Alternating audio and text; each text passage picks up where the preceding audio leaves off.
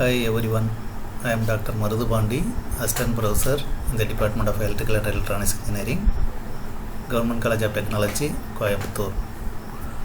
In this video lecture, we will see about the introduction of digital control for DC-DC converters.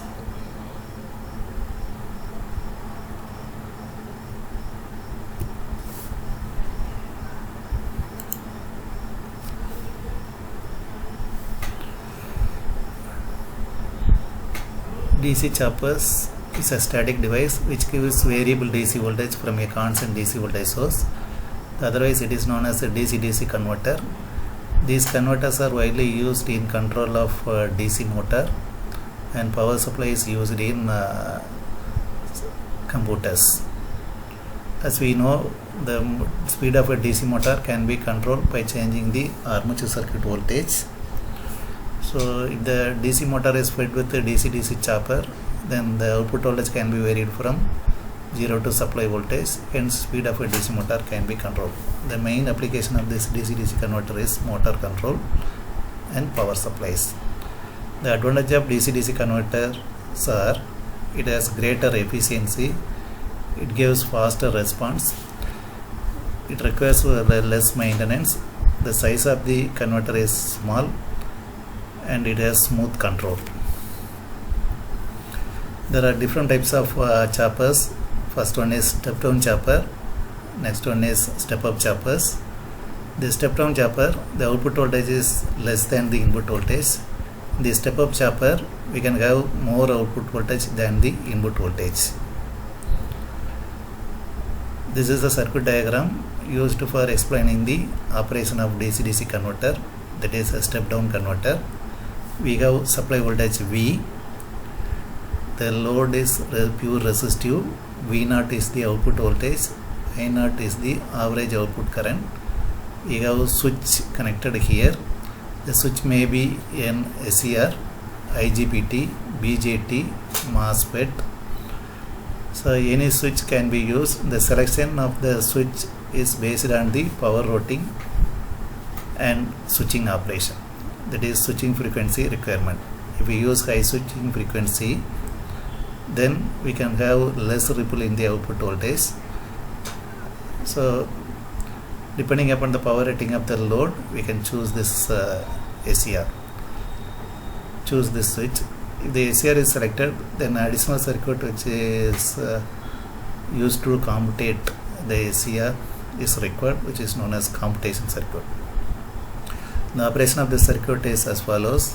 When the switch is on by the gate signal produced by the control circuit, the output voltage V0 is equal to V during the period T on of the chopper.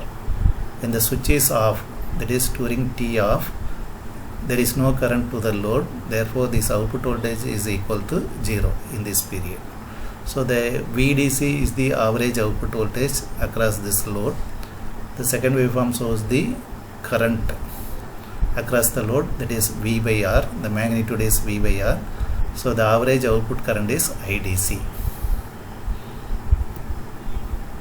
Average output voltage can be calculated from the previous waveform, that is area divided by base. Base corresponds to T, the area is given by 0 to T on V dt. Therefore, on integrating that things, we can get the output voltage, average output voltage V equals V into T on by T, where T on period of the chopper, T switching period, this is decided by the switching frequency.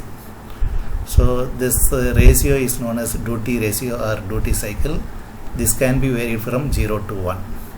Therefore, this average output voltage will be varying from 0 to V, hence it is called step down chopper. There are different control techniques available for controlling the chopper: time ratio control and current limit control. In the time ratio control, there are the further two techniques are there: PWM technique, that is constant frequency operation. Second one is frequency modulation or variable frequency control. The last one is current limit control. The pulse width modulation the total time period is kept constant, that is T is kept constant. The on period of the chopper is varied to get the variable output voltage across the load. For this first waveform, it is roughly T on is 30% of total T. Therefore, the output voltage will be 30% of the input voltage.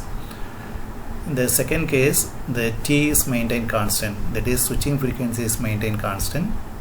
On period is varied. From this we can note down this pulse width modulation. Percentage is around 70%, so the output voltage is varied according to this width of the pulse.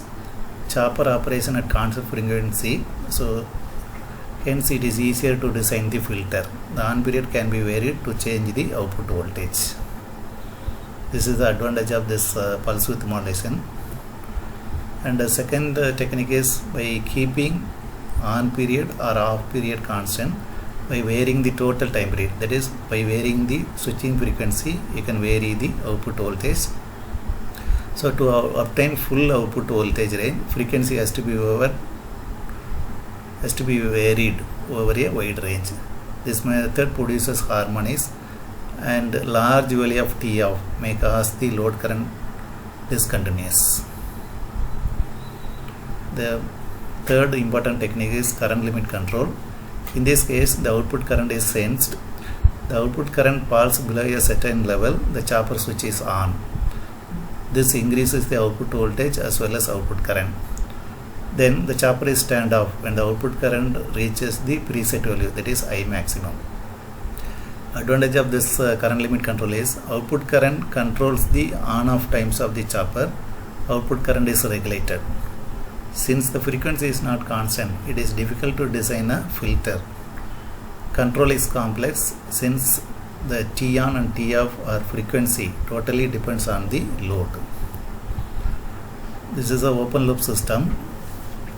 We have one plant. This may be a power plant or DC-DC converter or any power modulator. We have a reference input.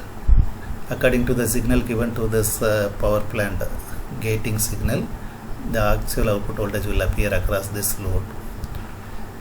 So this will work forever as such, but when there is a disturbance like changes in load or disturbance in the supply voltage, the actual output voltage will vary. This is an undesirable one which will affect the output quality and quantity. So in order to maintain this output parameter as constant, we are going for closed loop system. So what is the need for closed loop system? This output should follow the input without any time delay, without any error, without any oscillation, with stability. For that we have controllers. If the controllers are tuned properly, then we can achieve these properties in the output side. Common controllers used in any closed loop systems are PID controller, lead lag compensators, fuzzy controller, neural controller, etc. So this is the block diagram for closed loop control. Here we have a plant which will produce the required output voltage, and we have controller. This controller is a PID controller. Some summer block is there. The reference value or targeted value or desired value is given here. The actual value is measured by the with the help of sensors. These two values are compared. The error is processed by this controller. Depending upon the error, the actuating signal to the plant is changed, hence the output is regulated. So whenever there is a change in load or disturbance in the supply, this actual measurement will give, the error will be processed. According to that, the output is maintained constant irrespective of the disturbances. The PID algorithm consists of three basic modes. One is proportional mode, integral mode, and derivative mode. This is the mathematical expression for PID controller. K into 1 plus 1 by TIS plus TDS, where Ti is the integral time constant and TD is a differential time constant. These constants are determined using Jekyll-Nicholas method. So by properly tuning the controller, we can get the accurate results. This is open loop control of step down chopper. We have power converter here. This is the DC-DC chopper. Input voltage is given here. PWM signal is generated by comparing a high frequency triangle with a DC signal. So when the DC signal can be varied to change the width of the pulse. So depending upon the duty cycle generated here, the signal is given to the switches present in the DC-DC converter. So the output voltage will also have pulsating DC. To make this pulsating DC to a pure DC, we are having filter here. The LC filter is used to remove the high frequency harmonics present in the output voltage of this DC-DC converter. So here we can get a pure DC voltage. As said earlier, when there is a change in load or disturbance in the input supply or some malfunction in the control signal, we have the variable output voltage. This variation in output voltage will affect the operation of the load. Therefore, this output voltage must be maintained or must be regulated at constant value irrespective of the disturbances. That's why we are going for closed loop control of this DC-DC chopper.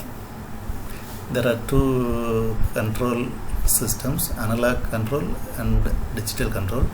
In this block diagram, we are going to explain how the analog controller is used for minimizing the error in the output voltage. This is a DC-DC converter as in the previous case, and it gives a pulsating DC. The filter is used to minimize the harmonics in the pulsating DC. Hence we are getting a regulated output voltage here, constant output voltage here. The output voltage is measured with a suitable sensor, which is compared with the reference signal. This reference signal is the desired signal, and it is an analog comparator. It may be an operational amplifier. These two signals are compared. The error is calculated.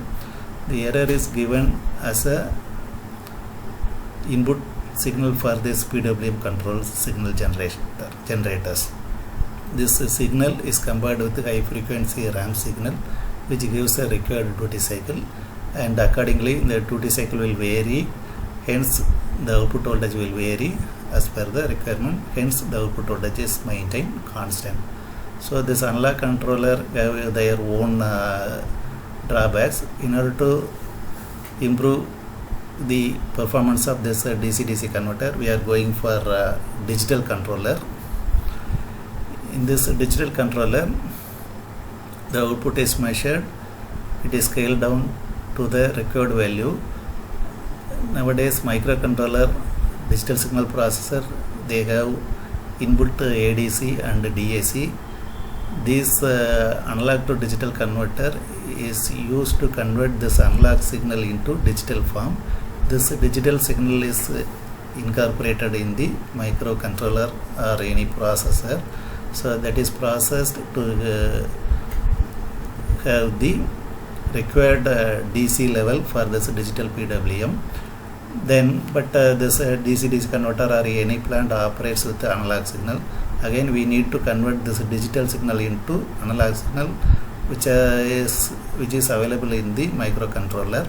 So this digital PWM technique is used to generate the gating signal for this power converter. Hence the output voltage is regulated. Why we are going for digital control technique is we are having certain advantages.